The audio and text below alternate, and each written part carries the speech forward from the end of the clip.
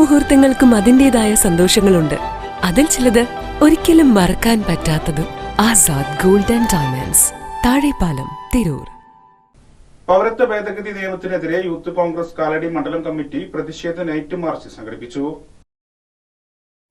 Youth Congress Kalady മണ്ഡലം president Shuhaib Kadancheri നയിച്ച March ജില്ലാ പ്രസിഡന്റ് ഹാരിസ് മുദൂർ ഉദ്ഘാടനം ചെയ്തു. സംസ്ഥാന സെക്രട്ടറി മനീഷ് കുണ്ടയാർ പതാക കൈമാറി. മണ്ഡലം വൈസ് പ്രസിഡന്റ് സുജിത് വെല്ലപ്പാട്, മനു ടി, ഹംസു കാലടി, ഷഹീൽ പോത്തന്നൂർ, ഹമീദ് കാലടി, പ്രണവ് ചന്ദ്രൻ, ശരത് ബാബു, മുജീബ്, ഷഹീർ കെ.വി തുടങ്ങിയവർ നേതൃത്വം നൽകി.